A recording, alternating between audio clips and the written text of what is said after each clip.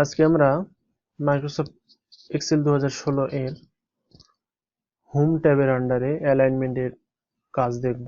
Alignment কমান্ডের আন্ডারে যে সমস্ত অপশনগুলো রয়েছে এগুলোর কাজ দেখব। তো প্রথমে চলে আসি টপ অ্যালাইন। টপ অ্যালাইনটা কি? যে এই যে দেখেন এখানে এই রোটার হাইট বেশি করা আছে, এটা 50.25 করা আছে পিক্সেল। তো এটা দেখেন এটা উপরে শো করতেছে টপ অ্যালাইন। আমি যদি চাই যে এটাকে টপ অ্যালাইনে না রেখে মিডিল অ্যালাইনে নিয়ে আসবো, তাহলে মিডিল অ্যালাইনে ক্লিক দিলাম, মিডিল অ্যালাইনে আসলে। আমি চাচ্ছি মিডিল অ্যালাইন না, এই লাইনটা বড়ই থাকবে এরকম, এটা হচ্ছে একবারে নিচে শো করবে, অর্থাৎ বটমে শো করবে। তাহলে এই যে বটম অ্যালাইনে আমি ক্লিক দিলাম, দেখেন বটমে চলে আসছে। আবার যদি টপে নিয়ে যেতে চাই টপে দিলাম, টপে চলে গেল। এইভাবে আমরা এই তিনটে অ্যালাইনকে কাজে লাগাতে পারি। আমি আমি চাচ্ছি যে এটা তো অ্যালাইন করলাম, কিন্তু এটা আমি চাচ্ছি নিচের যে এই অ্যালাইন গুলো আছে, যে অ্যালাইন লেফট, এগুলোর আলাদা কাজ আছে। এটা হচ্ছে যদি রো এর হাইট বড় হয়, সেক্ষেত্রে উচ্চতা বেশি হয়, তা সেক্ষেত্রে এই উপরের অ্যালাইনটা আমরা কাজে লাগাতে পারবো। এছাড়া আমরা উম, নিচের যে অ্যালাইনটা আছে এটাকেও কাজে লাগাতে পারবো। এটা বোঝার জন্য এই কলামটাকে আমি একটু বড় করলাম, করে দেখেন এই যে আমার এটা হচ্ছে এই রো এর হাইট হাইট ছোট আছে। তো এটাকে আমি মিডিল কিভাবে করব, লেফট কিভাবে করব, এখন এখন আছে লেফট অ্যালাইনে আছে। আমি চাচ্ছি রাইট অ্যালাইনে নিয়ে যেতে, তাহলে রাইট অ্যালাইনে এরকম আসলে আমি সেন্টার অ্যালাইন চাচ্ছি, সেন্টার অ্যালাইন এটা সেন্টার অ্যালাইনে এইভাবে আসবে। আর এটাই যদি লাইনটা যদি বড় হতো তাহলে এটাকে উপরে এই যে দেখেন এখানে শো করতেছে, এটা হচ্ছে বটম বটম হচ্ছে অ্যালাইন আছে। আর এটা যদি টপ অ্যালাইন দিই তাহলে এরকম হবে। বিষয়টা ক্লিয়ার করতে পারছি বলে আমার মনে হচ্ছে। তো এখানে এখানে যে বিষয়টা, এটা হচ্ছে এরপরে আমরা যে অপশনটাতে আসব সেটা হচ্ছে যে এটা হচ্ছে অ্যাঙ্গেল।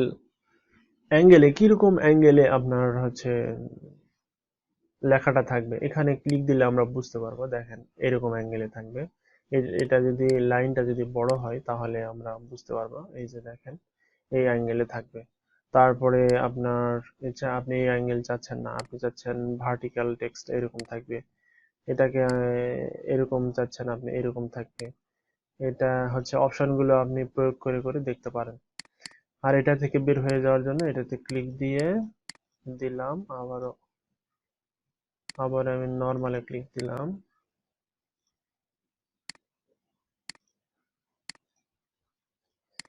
এই যে ডবল ক্লিক দিলাম, তাহলে কি হলো, চলে গেল। এটা থেকে বের হয়ে আসার উপায়। আচ্ছা, এরপরে আসেন যে আমরা এটাকে এটা বোঝার জন্য, এর পরের অপশনটা বোঝার জন্য আমরা এটা এরকম করব।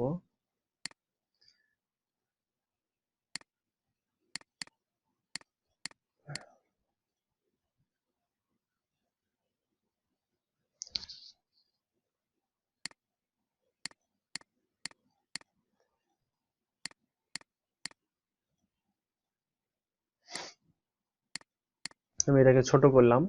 তো এটা বোঝার জন্য আমরা যেটা করব, এটা এটা এখন হচ্ছে যে এটা তো আমি লিখছি হচ্ছে ই কলামে, এবং হচ্ছে ফাইভ ফাইভ এবং ই কলামের এই সেলে আমি লিখছি। তো এই সেলে আমি চাচ্ছি যে এই সেলের ভিতরেই লেখাগুলো থাকবে, বাইরে যাবে না। দেখেন এই সেল থেকে এই সেলে চলে আসছে। তো এই সেলের মধ্যে রাখার জন্য আমাকে কি করতে হবে, ওয়ার্প টেক্সট করতে হবে। এখানে অপশন আমি যদি দেই ওয়ার্প টেক্সট, তাহলে ওয়ার্প টেক্সটে ক্লিক দেওয়ার সঙ্গে সঙ্গে দেখেন এটা হচ্ছে এই একটা সেলের মধ্যে সীমাবদ্ধ হয়ে গেছে।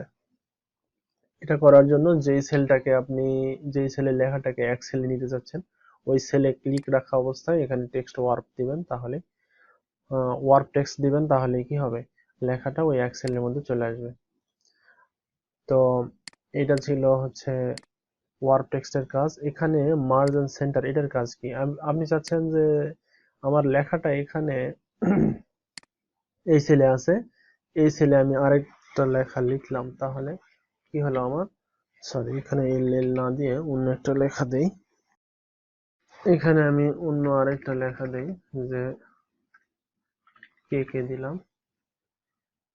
তো এখানে কে কে দিছি দেখেন, এই সেলের লেখাটা এই সেলে এসে আর বোঝা যাচ্ছে না। তো ওই কারণেই সাধারণত টেক্সট ওয়ার্পিং করা হয়। আর এই মার্জ অ্যান্ড সেন্টার অনেক সময় এরকম হয় যে আমি নিচে, আমার নিচে এরকম লেখা আছে যে এখানে 4, এখানে 5, আর এখানে আছে হচ্ছে 5, এখানে আছে 6। তো এইভাবে মনে করেন লেখা আছে, আমার উপরে একটা লাইন, মনে করেন যে একটা প্রতিষ্ঠানের নাম বা কিছু একটা দিতে হচ্ছে আমাকে, এই পুরা জায়গাটুক জুড়ে, পুরা জায়গাটুক বরাবর আমি বড় করে দিব। তাহলে এখানে আমার রো গুলা থাকতেই হচ্ছে নিচে, আর উপরে রো থাকা যাবে না। তাহলে এই রো গুলোকে আউট করার জন্য আমরা সাধারণত এই যে মার্জ অ্যান্ড সেন্টার এই অপশনটাকে ব্যবহার করি।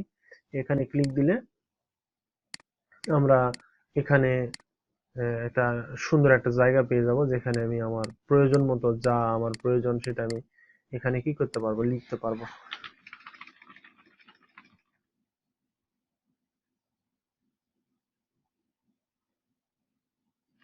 এখন আপনি দেখতেছেন যে উপরে এখানে লেখা তো আমি অনেক লিখছি, কিন্তু লাইন একটা শো করতেছে। এটার জন্য আপনাকে যেটা করতে হবে সেটা হচ্ছে টেক্সট, ওয়ার্প টেক্সটে দিবেন, তাহলে সবগুলো লেখা শো করবে। আচ্ছা, এখন চাচ্ছেন যে উপরে ফাঁকা আছে, উপরে আমি উপরে টপ অ্যালাইন করব, তাহলে এই যে টপ অ্যালাইনে দিবেন, তাহলে টপ অ্যালাইন হয়ে যাবে। আবার নিচে যদি টপ অ্যালাইন বটম অ্যালাইন চান, তাহলে এখানে ক্লিক থাকা অবস্থায় এই যে বটম অ্যালাইনে দিবেন, তাহলে বটম অ্যালাইনে চলে আসবে। সেন্টার অ্যালাইনে দিলে সেন্টার অ্যালাইনে যাবে। তো এইভাবে এটাকে প্রয়োগ করা হয়। তো এই ছিল মূলত আজকের ভিডিও। আগামী ভিডিওতে আবারও কথা হবে। আল্লাহ হাফেজ।